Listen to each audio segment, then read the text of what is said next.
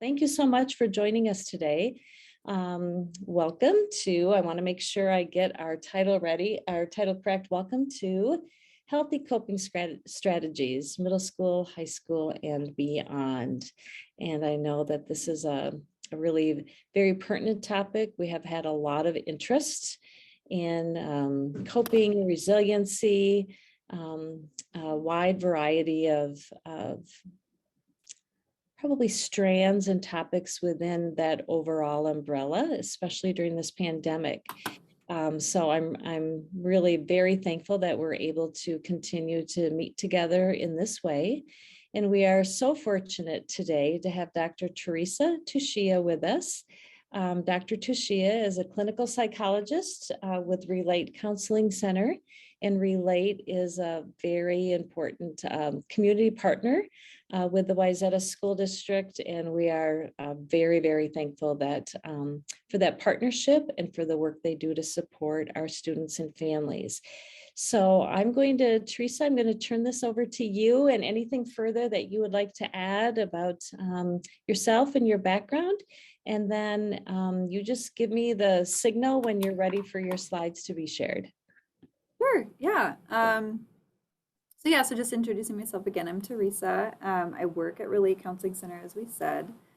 At Relate, I am a psychologist. I am a supervisor here, and then I also run our doctoral training program. So we have a lot of student therapists who come at various points in their training, and I help the doctoral folks with their path. I work with all ages, so I work with kids through as old as you'd like to still see a therapist. I also work with families and couples. And then in addition to Relate, I also have a psychological assessment practice that I do as a private practice on the side on Mondays. So I do some testing as well and interact with the schools in that way. Main question is always ADHD, but sometimes you get something that's different than that, which is fun. So yeah, I think we can start with the slides. Okay. And Teresa, maybe I'll let people know that if you want to use the chat for questions, I will monitor that, and we'll try to have a conversation to the best of our ability using Zoom. And there's also going to be time at the end for any questions. So just to let you know that I'll be monitoring the chat. So feel free to put any questions or comments in there, and I will get my screen share ready to go. Yes, and I actually really enjoy being interrupted. That works well for my style. So please do unmute yourself if there's something you really want to ask about or want me to say more about. I'll do my best to respond to that. Otherwise, definitely use the chat, and I've asked Jody to interrupt me as well if needed. I did leave a fair amount of time at the end for questions, so hopefully there will be enough time for all of that. But while we're on the topic, go for it, interrupt, and let me know. All right, so I'm going to be talking about healthy coping strategies for middle school, high school, and beyond. So this is really, geared toward folks who have a little bit more, what we would call like kind of regulation and reasoning abilities. I don't know if we all feel like that right now, but folks who kind of can have a little bit more control over their environment. So middle school and up. And then we can go forward to the next one. I wanted to say a little bit more about Relate in case you don't know much about us. So Relate is a nonprofit community mental health clinic. We have 2 locations right now in Minnetonka and in Eden Prairie. We serve persons of all ages. We work with couples and families. We run several groups, and many of those are aimed at parents, helping children and adolescents. I would say that, a good 60% of the clients that we see are children, adolescents, and families. So we definitely work with that population a lot. We have over 120 therapists where we are now. The pandemic has required a lot of growth for us in a lot of ways. One of them is we've almost doubled in size. because people really need someone to help them through this time. It's been really stressful for a lot of people. And we are just in the last year, I would say, and continuing forward, really seeing kind of the ricochet of what the pandemic has been for everyone. And we're just going to continue to be here. So we have approximately half of our staff work outpatient. So they work in Minnetonka or in Eden Prairie or over Zoom. I am currently located in our Eden Prairie office. The other half of our staff work as what we call co-located therapists, and they work in over 50 schools in the area and 8 school districts. And Relate has been partnering with Wayzata schools actually for a while now. And we do programming, group or individual programming for early childhood, K through 12, and some of the transition programs at Wayzata. We have about 11 full-time employees that work in your district, in addition to all the support that your school actually supplies within the district. So this is sort of outsourcing with Relate a little bit. And then I think last year they saw about 200 students, and they've already surpassed that this year. So they predict that they're going to be at about the 300 student mark and working to help students manage their emotional and mental health needs. So yeah, any questions about Relate or anything like that? I figured that's more than enough on us, but questions about that?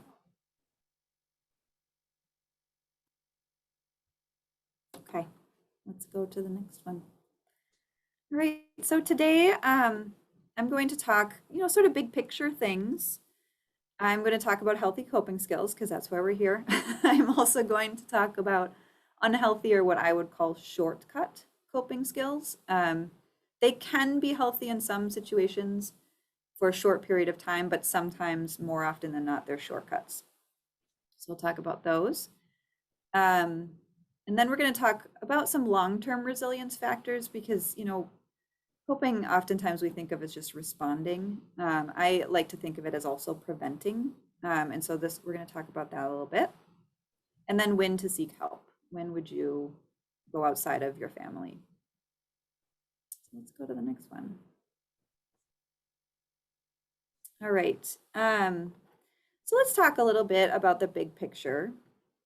I'd like you to think right now about, so you became parents in whatever form and however you became parents. You became parents, and I'm sure you had goals for what you would want to do as parents. I should let you all know I actually have 3 kids of my own, so I am sort of in several hats at once right now. I definitely have been feeling the effects of what it's like to be a parent right now.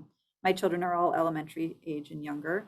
My oldest is 11, and my youngest is 2, going to be 3 very soon. So, I have goals as parents. I'm assuming you have goals as parents. And I think as we get going, we tend to not be able to reflect on those very often. So I wanted to take a little time to do that now. So let's use the chat, and I'm going to ask 2 questions, but one at a time. And if you could just chat in there, if you have the ability, or if you're by car, it's okay. You can just listen. I'm going to read them out. But can you please type in, and can you advance to the next one, Jody? Yes. The answer to this question. Is it going? Not letting like me. Let's see here. There we we go. Thank you. Sorry. We'll get both. Okay. So the first one first, please. So what do you want for your child in the long run? What are some of your goals? So coping skills are really just a skill, like any other thing. Doing laundry, car maintenance, finances, they're all skills. They're things we can learn. Some of us have more of a head start than others. We have parents or families or situations that make it easier for us to learn coping skills, or people who are more skilled. So we all have challenges in where we start with. But I like this saying a lot. This is a saying I say to families that I work with often. And I work with parents quite a bit because I think we get a bum rap a lot of the time. And I think sometimes my field has been very unhelpful with parents in the sense that it's sort of always your fault, or we don't always say things in a compassionate way for what it feels like to be a parent. But I say this thing because I think it really helps us as parents focus on what we're really looking for. Um, so if you can focus on rewarding the seeds of the behavior that you hope your child will one day have. So that means, let's say we were teaching, my kids are younger, right? We were teaching them how to do the laundry and they, put the colors in with the whites, although that's not as big of a deal anymore, but they'd make mistakes and you just have to allow them to make some of those mistakes and learn along the way. But that doesn't mean you stop them from doing the laundry. It's the same with coping skills. It just sometimes can feel a lot harder as parents to let our kids make mistakes with coping skills. So as parents, we often want to help our children avoid difficulties or struggles because we care for them. We don't want them to be suffering. When we are stressed ourselves, we might resort to our own shortcut coping skills that are not helpful as parents, right? We might start to lecture them more. We might just do it for them because we're just tired of it and we want it done and then we can move on. We might not listen, and we might even give off subtle messages that this problem is too big for our kids to solve or for them to hold on their own. We may have trouble sometimes trusting that they will come up with a good solution because maybe they've proved to us that they haven't had great choice making at points in time. But if you think about this sort of growth path that this little image is giving us, it's sort of reminding us that there is growth there. And so they don't have to come with a fully formed skill right away. In fact, that would be sort of weird if they did. I get a lot of questions about what reward means. And what I like to say is that for human beings, things that are rewarding is usually attention.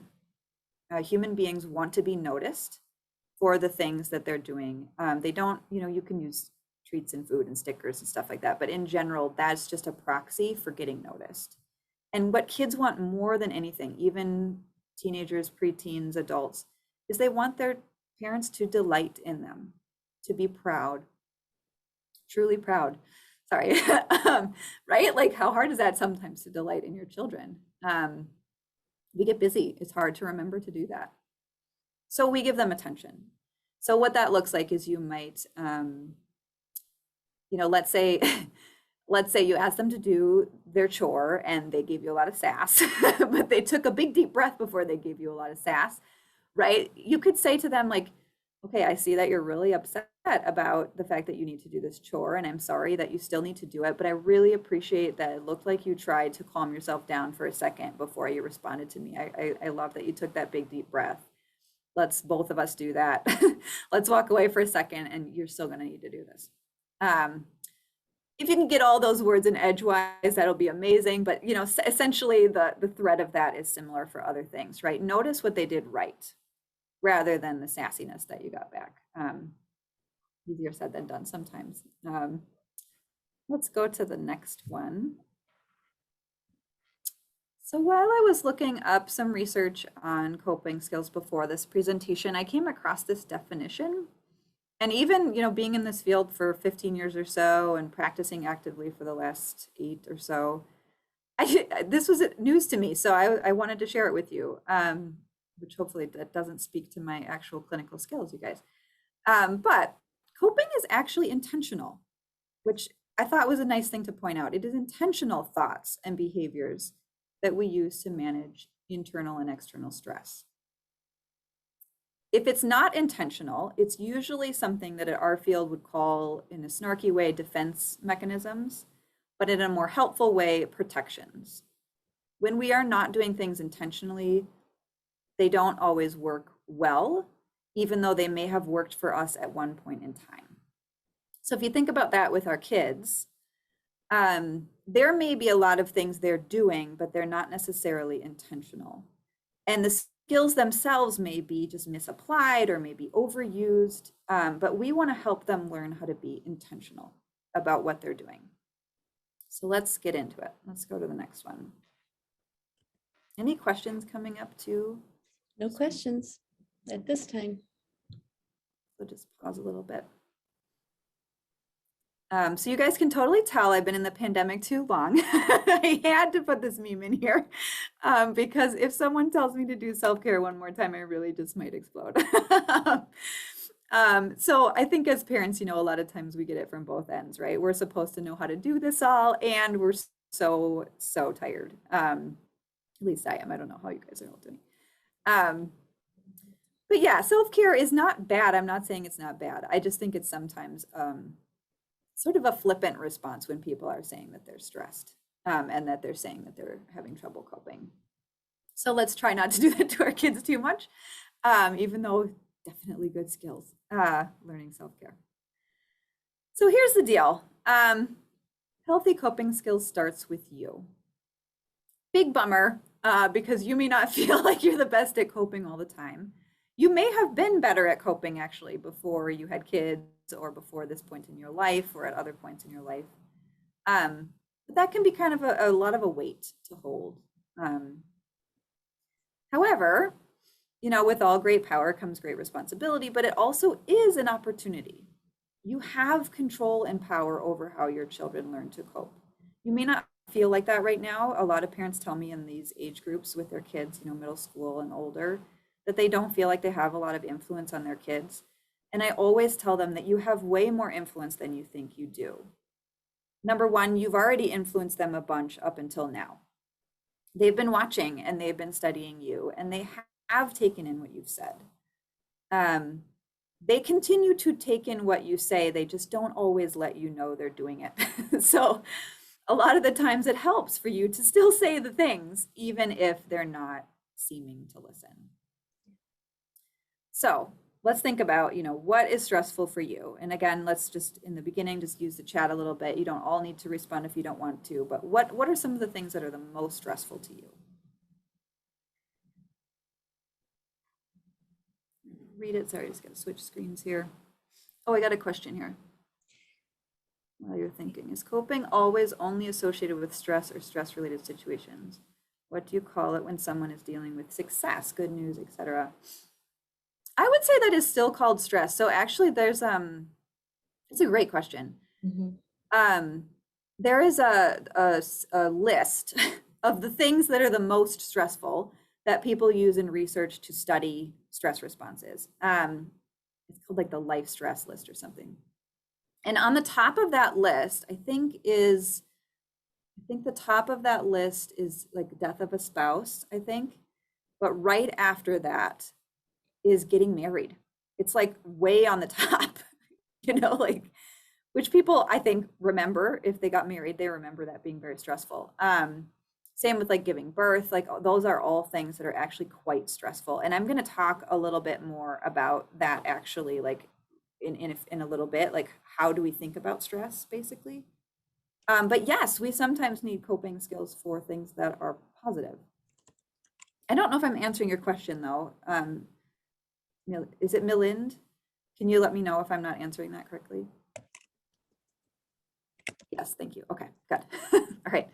All right, so let's go back to what's the most stressful for you? So some folks are saying so many things that demand your attention at once. My kids when they don't listen or ignore what I say. Demonstrating stability, even though there's not stability right now. Trying to be everything, yes. Having to repeat myself over and over again. Oh my God, you guys, I just want to give you all a hug. This is my life. Talking back, whining, living with so many unknowns, smartphones, technology, what do you do? How do you protect them?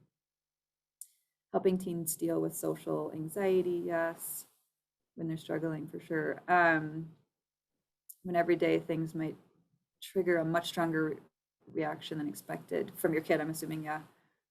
Social media, parenting, I think in isolation is what I saw. When I'm stressed and tired, yeah. Mm-hmm. Yeah, we're all pretty stressed, right? Right now. Yeah, liking that marriage example, managing my son's anger. Yeah. Yeah, acting out can be, yes, I'm going to say something more about that in a second. So attached to that smartphone, daily battle of doing too much phone time, unorganized in your just presence in your life. Yes, a lot of people tell me that. Helping child do things when I'm also anxious. When they're putting themselves at risk and they're not realizing it for sure. helping young adults, social phobia, bad influences from friends. Yeah. Okay, so I want to just come back to something for a second before I go on to this. What do we do when we're stressed out? Because that's kind of what we're here for, but I also want to hear what you all already know, or do, I should say, not know. So the question was, let me just go back in my brain for a second. Acting out. So there's some pretty clear research that human beings, well, probably a lot of animals, but human beings for the purposes of our conversation, that we communicate with things more than language, and that when others are feeling emotion, a lot of us actually feel very similar or mirrored emotions. Not everyone responds as strongly to other people as some do. But so when our kids are experiencing a lot of emotion, or when they're acting out in particular because that emotion is sort of on full display, um, it's like biologically wired for us to actually follow along with their emotional tone. We may not have the same emotion as they do, but the intensity is the same.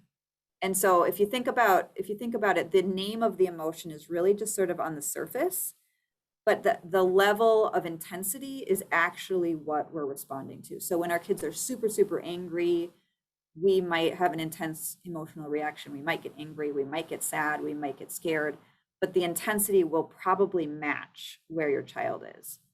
And that is actually wonderful for bonding and all sorts of things you do with really young kids. It's actually meant to help us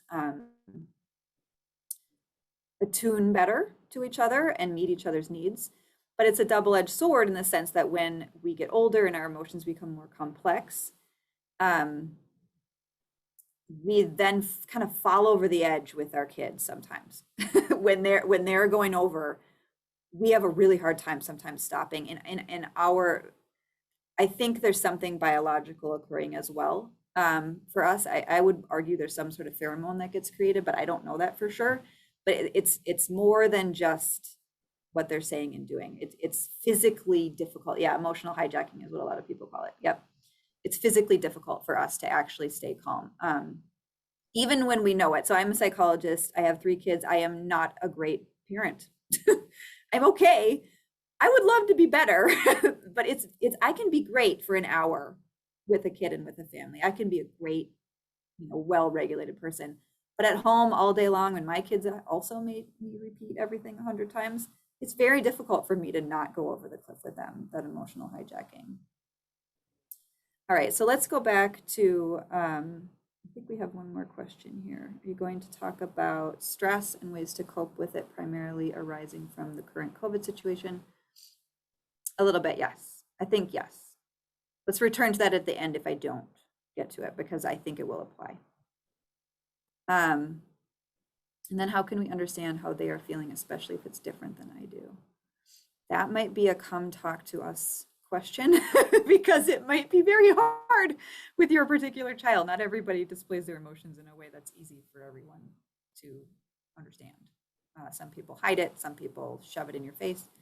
Some people do a combo. So I'm going to come back to that one, Carolyn, okay? All right, so we're going to skip this question of what do you do when you're stressed, because I'm guessing you do a range of things, healthy and unhealthy. I do want to point out that there are some coping skills that are more reactive. And that doesn't necessarily mean they're bad. It just sometimes isn't sufficient to actually deal with the stress. There are also some coping skills that are proactive, but those are also not completely great. It sounds like that would be the obvious choice. Why don't you prevent the stress? It can be very difficult to maintain proactive coping skills, so that we need both. All right, I'm going to just take a breath here. I get so excited about the topic, I have to just calm us all down. All right, so let's go to the next one. This is a very, I don't know, quick list of things that in general people find to be helpful in terms of coping skills. And we're going to talk more. This is not the only thing, but this is just a nice list. that hopefully represents a large variety of not just self-care things. I'm going to highlight a few, but I want to let you just peruse them a minute.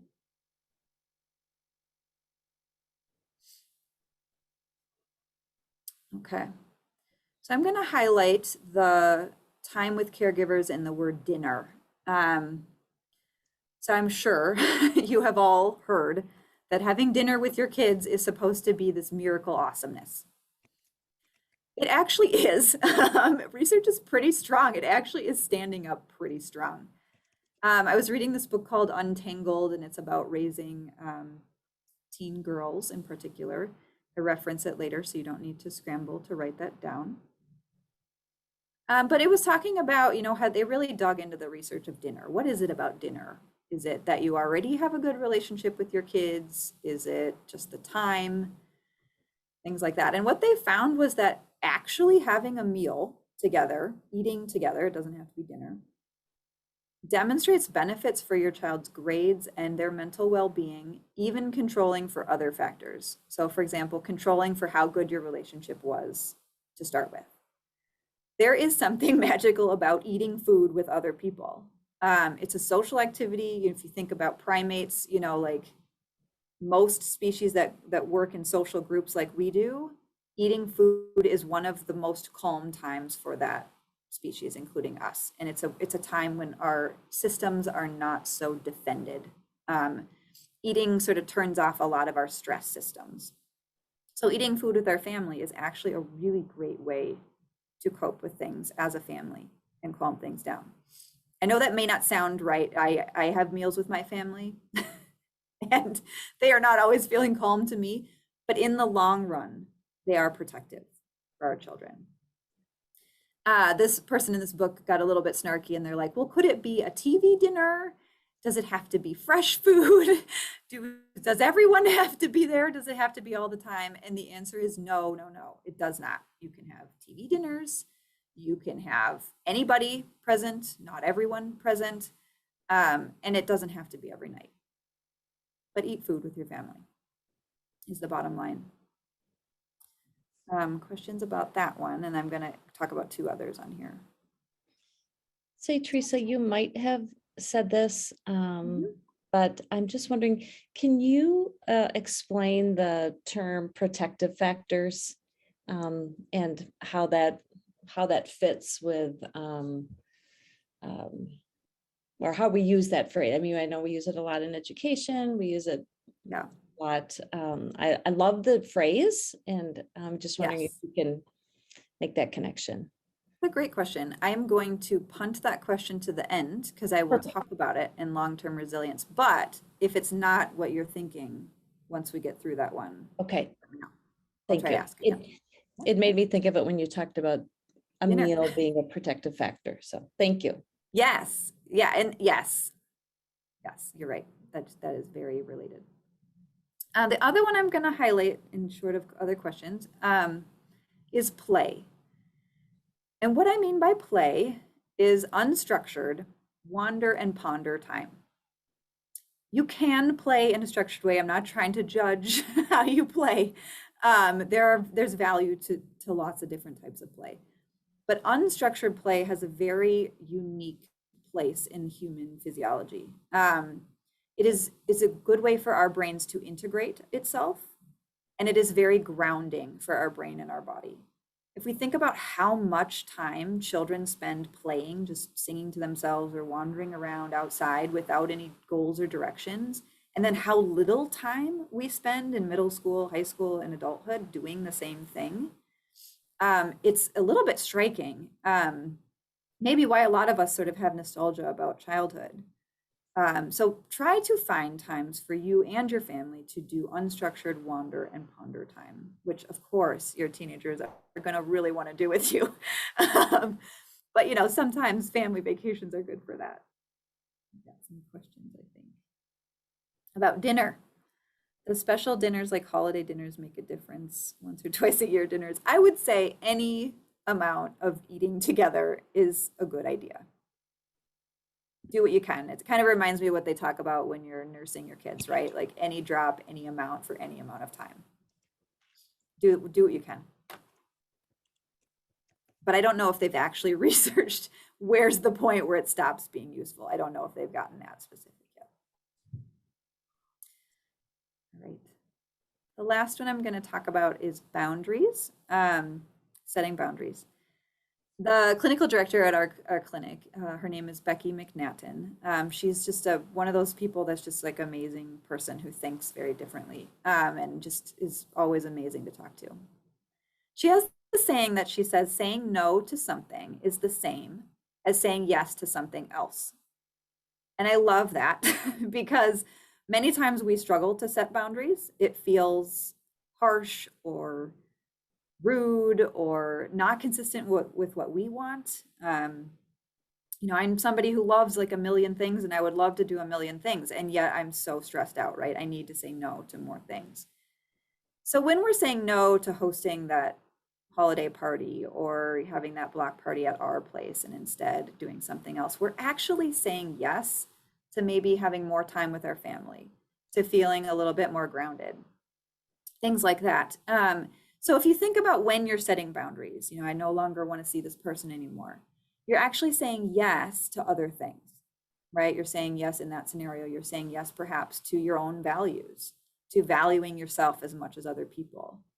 So maybe thinking about setting boundaries in that way would be helpful both for you and for your kids, right? When you're talking to them about like, yeah, I know you really want to go to that party, right?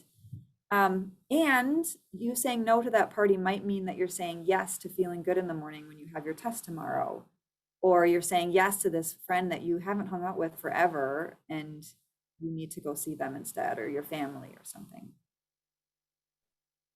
We have a question. So how can I help my middle schooler through the decision making to set a boundary when there is so much FOMO in this age group? Yes. Oh my gosh, that's such a difficult question to answer quickly. I think it's tapping, I mean, I don't know your child well, but I think it's tapping into their sense of feeling grounded. I don't think that kids nowadays get to feel grounded very often. I myself find it difficult to be grounded when I'm on a screen. So really it's about nudging as opposed to lecturing or pushing.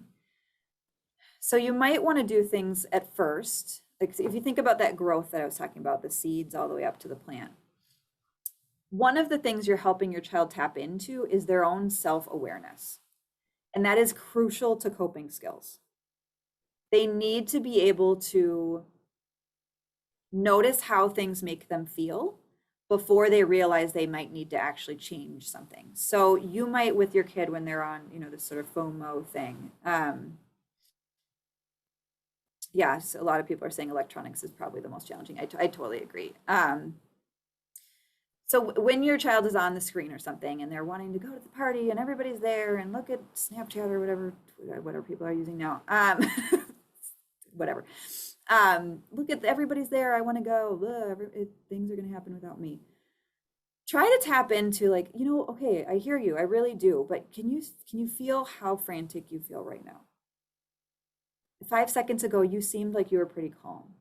Do you notice that? You know, and like, you can also even do it gentler. Like you don't even have to like kind of ask them like a patronizing type question like that. You could even say something like, oh gosh, you know, like it makes me feel like super frantic to think about this. I gotta just take a minute to like calm myself down. So saying it's you need it sometimes helps them realize that they need it, that they also need to calm down. If you think about that hijacking, that falling over the cliff with your kid in terms of their emotion, if you calm yourself down, it will also be contagious to them.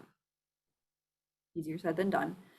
So, you know, if you're wanting to help them gain that awareness, start with those small comments like that, like those little things of helping them cue into how they feel.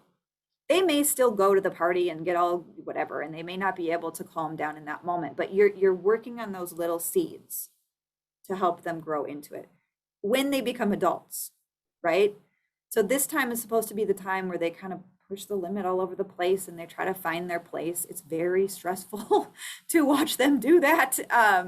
But that's what they're trying to figure out. They're trying to figure out their boundaries right now. They shouldn't know them already. That would be weird. Why would they know that? You probably didn't learn that until you were out of college, right? Maybe even still. So help them tap into their best resource, which is themselves. Help them notice themselves, and then just suggest things. Don't tell them what to do. It won't work easily, right? And it will be superficial. They won't know how to do it themselves. That's really the goal. You want them to be able to do it themselves. Can you follow up on that? I feel like that's kind of a lot to take in. Not yet. Okay, let me know if there is eventually. Let's go to the next one. Are you already at the next one? No, okay. All right, so here let's get into like the real thick of it, okay? I'm not gonna give you guys a bunch of lists. You can go on Pinterest and look at lists. I don't find that super helpful for me as a parent. I hope that's not what you wanted. There are no secret coping skills that we just hold in place as therapists to teach you. You've heard all of them. But we can teach you, I can teach you, I can help you think about when to use which ones and why. Thank you, Heidi. All right. So let's talk about the 4 kind of major categories that researchers generally use. These could be broken down differently. This is just sort of the common way that people break them down. So there's problem-focused ways. This obviously addresses the actual problem. It's trying to decrease the stress by making the problem better or go away or handled. Most of those will be familiar to you. I'll just say a little bit about some of the ones that I was like, what is that term? So active coping just basically means you're working directly to control the stressor, right? So we're stressed by how much homework we have. We're working on getting our homework done. That's a direct active coping skill, very straightforward. Restraint coping is another one you might not have heard of, and that is basically waiting for the right moment to act. It's a little harder to come up with an example. But so let's say we're talking about that sort of nudging concept. So you might, instead of saying, no, you can't go to that party because you're a complete mess whenever you go, and I don't want to deal with you when you get home. You know, like you might instead say to them when it's the next day and they're tired and they're sort of calmer and grounded, they've already done the thing. You might say to them, gosh, you know, like, sometimes I wonder if like going to those things just makes you more depleted than it feels rewarding.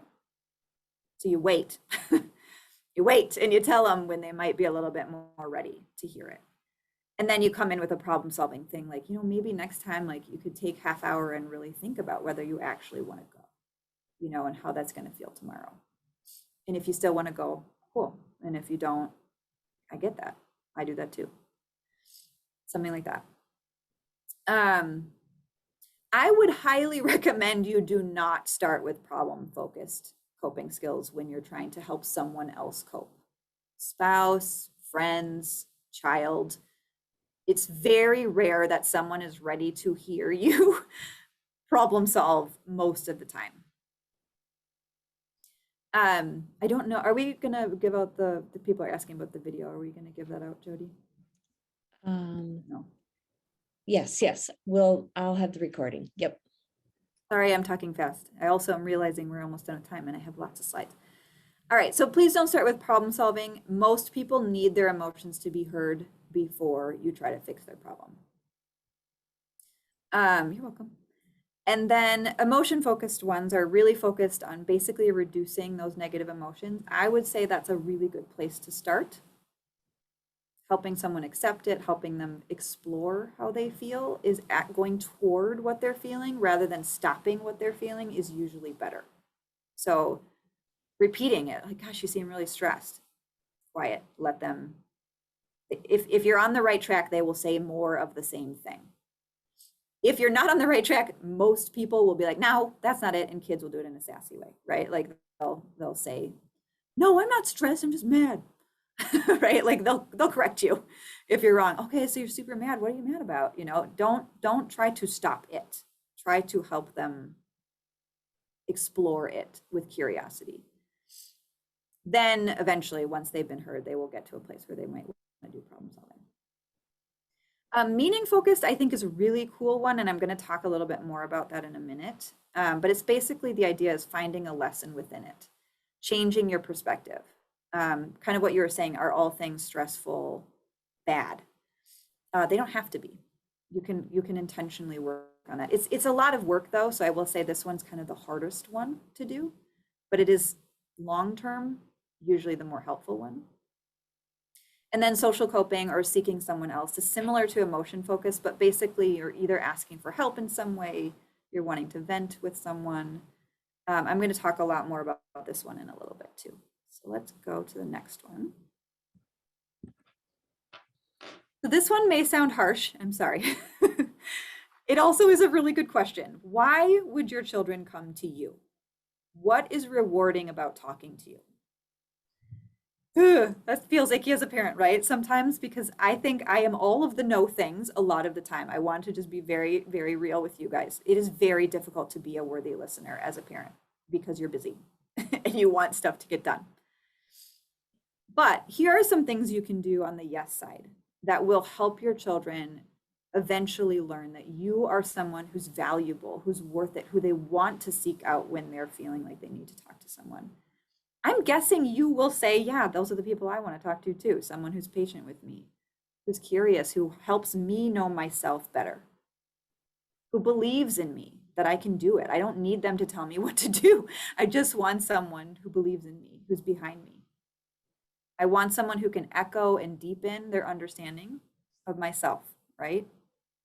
Who echoes it back to me, who gives me just enough to explore a new way of thinking about myself, but not so much that it's off-putting. And I want someone who helps me see myself with more compassion. Those are who we seek out. This is who we need to figure out how to be for our kids when we're stressed and not feeling good ourselves. The no side is easy. It happens to me all the time. But just think about it for yourself. Are you doing those things? Is it making it so maybe your child is accidentally getting the message that you don't really want to listen to them? So I'm going to leave with that. I'm sorry that sometimes feels really yucky, but it's a really important thing. Why would they choose you? All right, let's go to the next one. So let me see if I can help you just a little bit. How do you do that? How do you become that person? There's a cup and saucer analogy that I love, and I'm going to try my very hardest to say it in the most smallest amount of words possible, but it's one of those topics I love, so it's sometimes hard for me. All right, so at its core, coping skills are really emotional regulation skills. We cannot solve problems well until we are calmer or calmed down completely. That's just how our brain works. We need to regulate first. So do our kids. They can't actually get to the part where they fix things until they're calmer. How do we help them be calmer? So for better or worse, we teach our kids how to regulate. When our kids are newborns, when they're just born, they have like a teeny tiny amount of emotion that they can hold. If you think about it as a cup, they hold about like a thimble size amount of emotion before they start overflowing, which for a newborn usually means crying. As parents, what we did back then and what we continue to do is we need to be able to hold their spillover emotion, hold the extra, hold what's falling without overflowing ourselves. We need to be able to contain it for them. If the emotions are not too big for us, if we're on a good day, right? It allows our child's cup size, kind of figurative cup size, to grow. They can hold more emotion when we hold their extra. They start to learn, right? Everybody's born with slightly different cup sizes. Everybody's experiences in life make their cup sizes different sizes. I myself have, I don't think, a very great cup size. I did not have parents that helped me learn how to regulate my emotions very well. I have had to learn it later. It's harder. But as parents, if we can calmly contain what they're feeling, their emotions are not overwhelming for us, even their anger, even their acting out. If we can hold that, it helps them learn how to calm down. Even without us deliberately teaching some sort of coping skill, right? Like take a deep breath. We don't have to do that if we actually are doing it while we're holding their emotion. Sometimes as parents, we do a host of not so helpful things. So we might overflow ourselves. We might start overflowing, and then everybody's emotions are spilling everywhere. We've communicated that we can't hold it. We might sometimes dump our cup right back on top of them, like our saucer. We might dump it right on top of their emotions and do things like I do all the time, which is yell at my kids to calm down. Clearly not calm myself, like not helping. I'm basically like, you take my emotions and yours, and then you deal with them, and I will then calm down, right? Not fair. Holding emotions, what does that mean? It means breathing around, making space, staying regulated, not going over the cliff with their emotions and becoming intensified or activated by what they're experiencing. It's very hard, actually. It takes a lot of effort for many of us, not everyone. Some people just do this very naturally.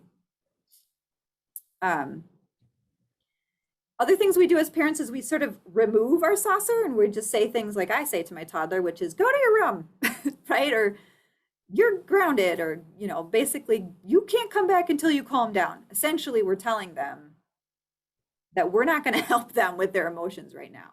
That is okay to do. It's not ideal all the time, but it is okay. If you're overflowing and you're dumping your cup back on your top of your kid, nothing is being helped right now. So if you need time to gather your saucer up and your cup and put your emotions back together and hold yourself into a more grounded space, that's okay for you to do. But then go back to them and tell them, I'm sorry, I really couldn't hold that emotion right there. It was a lot for me. You know, let's figure this out. And then you have to draw their emotion back out again, because now that what they've done is they've tried to put a lid on top of their cup. And that's what we do as adults too. We try to stuff a lid on top of it, and then we try to assume our kids know how to do that, and then it just builds up like a nice volcano and blows up at other points in time. That's not helpful for anyone. So what we do when we come back to them, if our saucer needs a little emptying, we go talk to our spouse, we go talk to someone like me, we go talk to, you know, we go for a walk, we do our coping skills, we deal with our emotions. We come back, we need to help them overflow a little bit again. It's very counterintuitive. Now that everybody's calm, why would you draw it back out again? Because it still needs to come out. They still need someone to help them hold that. It's still there most of the time. So you ask questions, you know, gosh, I'm sorry, you seemed so angry earlier. What were you feeling? What were you going through? Gosh, yeah, I was feeling super frustrated too, and I was kind of taking it out on you. I'm sorry about that. I felt like you were kind of doing the same. Does that feel like that to you, right? We're both calmer. We can actually have those emotions together. I can hold it now. When I'm talking like that, I'm holding it for them. This is a lot to take in, y'all. What can you do if you never get the reason out of them? You don't need the reason. I'm sorry to say, you actually don't need the reason. That's so harsh and so fast. You don't need the reason. And there are some cases when they're not safe. I don't want to say as a blanket statement, you don't need the reason. But finding the reason is not as important as being the saucer. Because ultimately you want them to know their own reason. You knowing their reason doesn't actually, they need to figure out how to solve that, you know?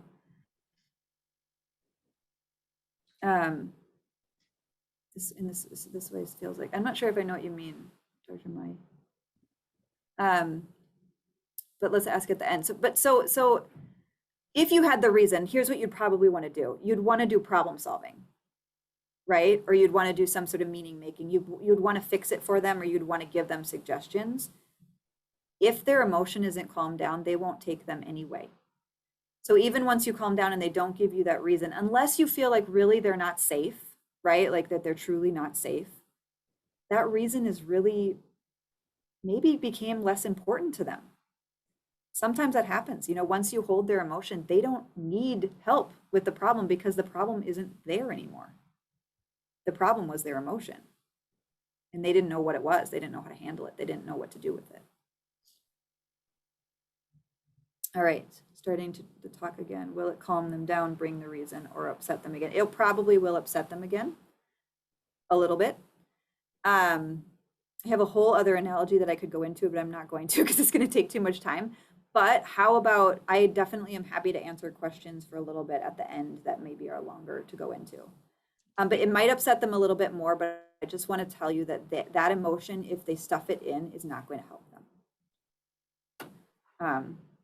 Okay, let's get to the next one because this is where I'm kind of going to go into that. Yeah, a little bit, a little bit.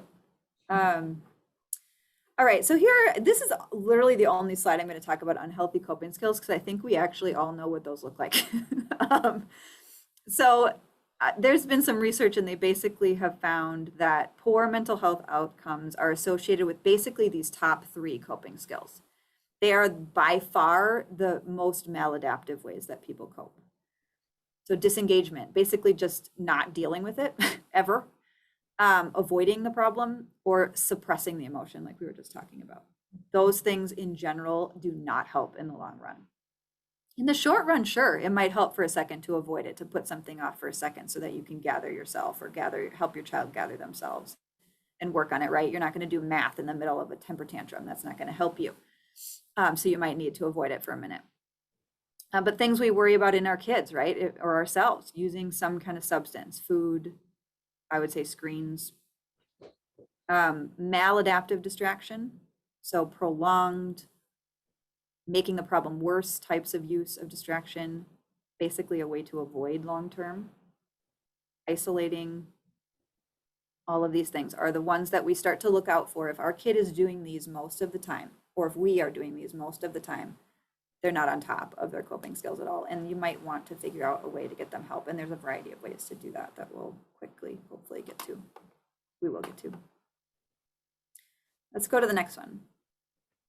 Long-term resilience. So this person named Javier Sanchez did some research and he looked at kids who were in Chicago, who were in like the most stressful environments possible, essentially. And he found that about 15% of those kids were thriving. Same stressors, but they were thriving. So he was like, what the heck is going on? Why? And he found this. He found that each of those kids had a strong connection to these 4 things. They had somewhere they were going. They had a future. They had something in mind. It didn't have to be the same. They could change it, but they had a place they were going. They knew what they wanted in life. They had something to look forward to. Somehow they had a plan to get there. Could be a rough plan, could be a plan that changed a lot, but they had some sense of a plan. They had something bigger than themselves. So that could be religion for some, it could be a sense of purpose, a calling. And most importantly, they had someone. And I'm sorry, the someone had to be a non-parent, non-judgmental, caring adult that helped them connect to those other 3 things. And I think this is where the school district starts to become super important, right? Like, when do you help your child make connections with an adult that's not you? It could be a family member, but someone who's not you that can give them the message that they're wonderful. A lot of my teen clients tell me things like, well, my parents have to care about me. They're my parents, right? Like, so that, as if that like negates how awesome they are. And I think this last point here gets to the heart of why it has to not be a parent. Because then the kid can feel like, oh yeah, I have real value, not just because someone loves me. So if you can help your child foster these things, they will be a long way toward coping with things well, thriving. Also, if your child doesn't have those 4 things, right? If you feel worried about some of these things, they don't have to know exactly their future. They don't need to know what they're going to be forever, right? It is very hard to know that it has to be someone besides you. But think about the gift of the web of social support you're giving them if you help them foster relationships with other adults. Could be your friends, parent, their friends' parents, coaches, teachers, therapists. All right, let's go to the next one. We're just running out of time. Another couple studies that I wanted to point out to you, and I'm going to try to do the quicker version if I can, is basically, there's this really great TED Talk that I reference at the end. There's 2 of them, actually, that I think that you guys would really enjoy seeing, where they this first one with the strong arm and changing how you think about stress. They followed like 30,000 adults for 8 years. They asked them how much stress they had, and then the key was they asked them, did they believe that stress was harmful for them? And then they looked at their death records, public record, and saw who died, which is horrible, right? But that's what they did. They found that 43%, there was a 43% increased likelihood of dying from high stress, which shouldn't surprise anybody, but only if that person also believed that stress was harmful. Weirdly, the group that was the most resilient was actually the other high stress group that believed stress was not harmful to their health, which is crazy. Like, it's absolutely crazy. And what that basically means is how we think about stress actually really does dictate what happens in terms of how we deal with it. I find this slightly a little bit annoying because I get tired of people telling me it's like how you react instead of the actual situation. I find that a little bit irritating sometimes because I can't always control my pessimism or realism, however you want to see that. But this next study helped me understand it a little bit better. Oxytocin is considered sort of the cuddle hormone. It has a cute name. It's associated with moms and babies, and it's associated with nursing and childbirth. But it's actually a stress hormone. It's a hormone that's released by our stress system. And it's responsible for something called tend and befriend. And we should pause here for just a second. So it's 1 o'clock now. How do we want to handle this, Jody? Do we want to hand out if people need to leave? I am okay to stay for a bit. Okay, that's terrific. Teresa, I think we'll keep going. And if people need to leave, please feel free to exit, and we'll post this. I'll send out, with your permission, I'll send out the information to everyone who's registered and information about where we'll have it posted. And then if others can stay, that's terrific. Okay, I'm sorry, we're going long. It's okay. Got all into it. Okay, lots of good questions coming in. All right. So I'm going to keep going with this and then come back to questions. So oxytocin is the tend and befriend, and it is released by our stress system. So if you think about it, our body is naturally releasing something that's going to encourage us to connect with other people when we're stressed. Think about that. We have a built-in resilience for reaching out to others when we're stressed. And they also found that what oxytocin does is it actually helps regenerate our heart cells. It helps our blood vessels stay open instead of constrict.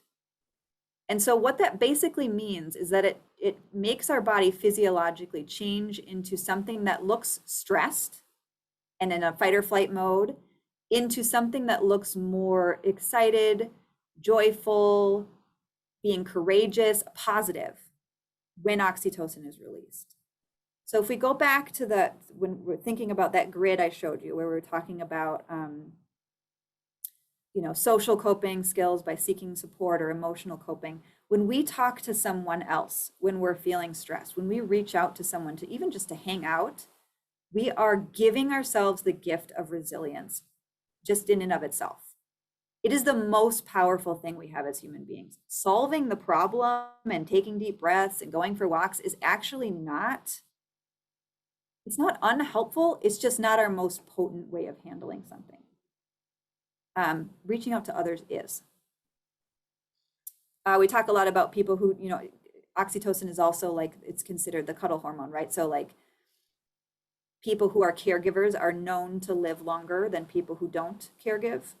And we believe this might be one of the reasons why, is because they have more oxytocin flooding through their system because they're caring, they're nurturing someone, they're tending to someone.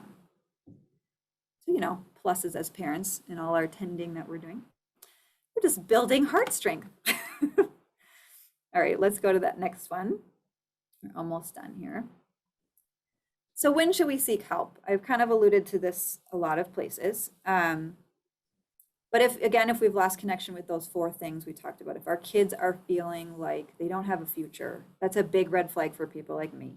Not feeling like they have a future, not being able to see themselves in the future anywhere. Not having other adults to connect to is a big red flag. And the therapist can be one of them. It doesn't have to be, it could be a coach, Could be a teacher. It could be asking a teacher, hey, could my kid come in early and play chess with you every day, just because they need someone to look forward to before they go to school. Engaging in shortcut coping all the time, a lot of the time. If they're doing those shortcut coping skills and that's the only way that they're coping, something is going to give eventually. They're pushing off the inevitable. If you're worried about them, it's a good time to try to get help. I know I worry all the time. I understand that that feels like it's not a very high bar, but really therapy has very, very infrequently to be shown to be unhelpful for people. At most, it's neutral most of the time. In rare cases, it's not helpful. But seeking out professional support has almost never been associated with making it worse. Mm-hmm. It does sometimes happen. I want to be honest, that does sometimes happen.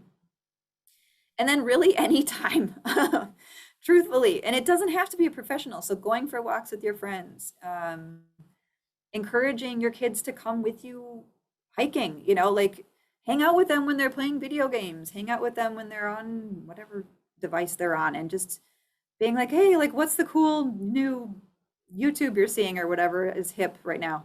TikTok, there we go. Tell me some of the TikTok videos you're seeing. What do you like right now? What's funny? You know, like be with them is more important than fixing things. Yeah. All Teresa, right, and yep. Teresa, can I ask a quick question about some of the shortcuts and then seeking help? Yeah. And we can go to the next one, Jody, while we're Oh, okay, perfect. it's just info. Okay. So substance abuse, I know that that can be problematic as kids are entering these stages. I know cutting has become somewhat of a, I don't know if that would fall, that Yep. people experience that as a coping skill. Like, do you have a gauge of when people should seek professional help if they're concerned about those areas, or would it go back to, if you're worried, seek help? Yeah, I mean, truthfully, I would say honestly, anytime, every therapist, or if it's a professional, right? If that's who you're seeking help from, we are duty bound to tell you if you don't need to be there. Like we don't get anything out of seeing people who don't need to be. We like seeing people. We like people, you know. But like, usually people come way too late. Let's just put it that way. And then we have to like dig out and backtrack, and it's very difficult to undo patterns that are already started. Yeah.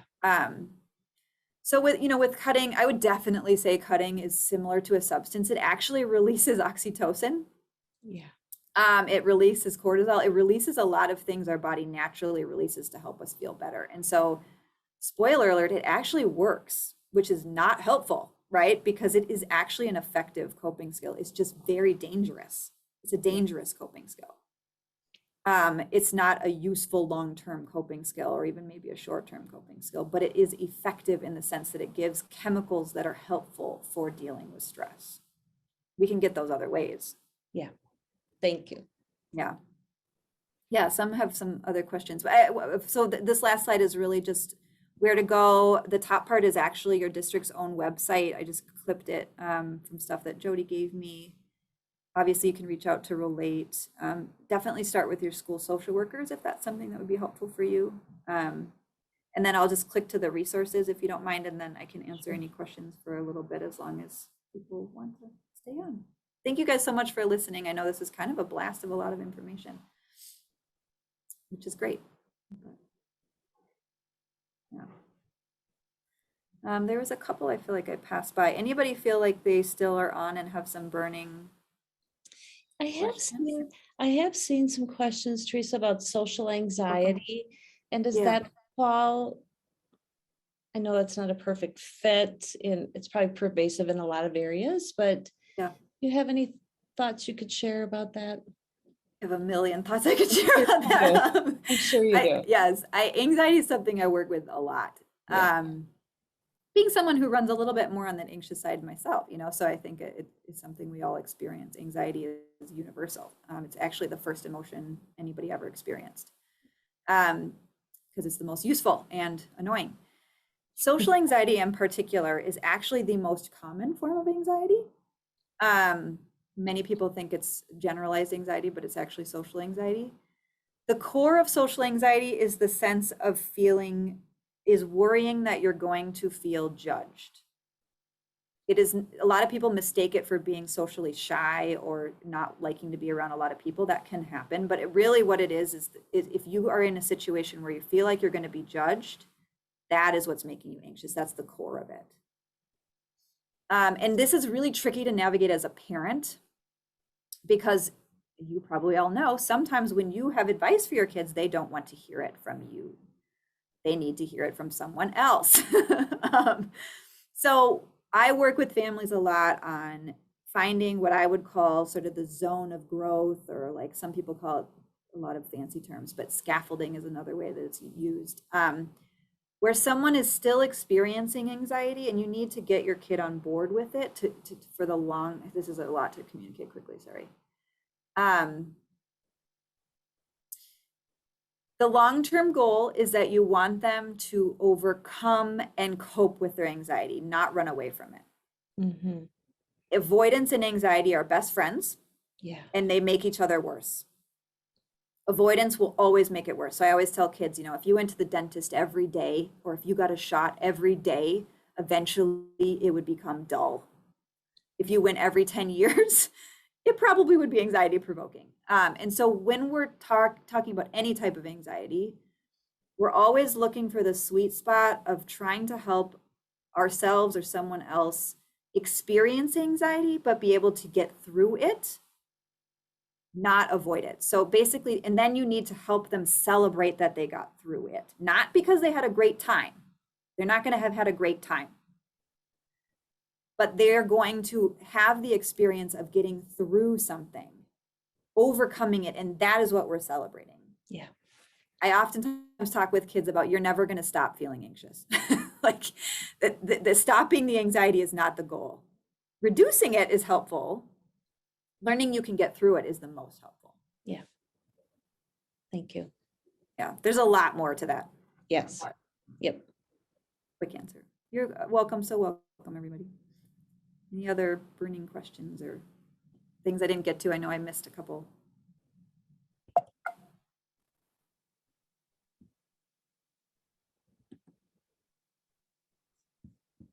Drop in like fly. Can you please do more of these? Yes, I think that's Wayzetta's plan. I don't know if I will be, but I think that's Wayzetta's plan for sure. Yes, I pitched a few more ideas to relate, and we just so appreciate this, Teresa, your professional. It was really helpful to hear your professional advice, and who you are as a parent. And I think yes, that's what very real. As parents, that can be a source of tension that we try to manage. And so many people gave so much feedback around that calming piece. Yes. As a parent, if I'm calming, then automatically kind of what happens to the child, no matter the age, I'm assuming that parent-child relationship continues past or college with your spouses, coworkers. Yes. Wonderful. So thank you so much. We just so appreciate it. Thanks to everyone who joined us today. So appreciate you. We will send out the slides, and this will be recorded, so you'll be receiving an email, I'm hoping later today, with the slides and the information on where it's recorded. And I'll also have some links, live links for Relate and for the district's mental health resources page. And I want to say, sorry. No, I was just going to say, we highly encourage, if you feel that you're at a point where you could use professional assistance, professional guidance, we highly recommend, we have resources in our district, but Relate is one of our partners, and we highly recommend that you reach out to them. One thing I wanted to say is there's always an exception to every rule. Yeah. So if you're finding yourself not quite jiving with some of what I'm saying, sometimes that's where that one-on-one is really helpful, because certain things people will say, I'll be like, oh, don't do that. So please take things with a little bit of a grain of salt. Sure. Everyone is so very welcome. All right. Well, thank you. Thanks so much, Teresa. Have a good Yes. day, everyone. Take care. Bye-bye. Thank you.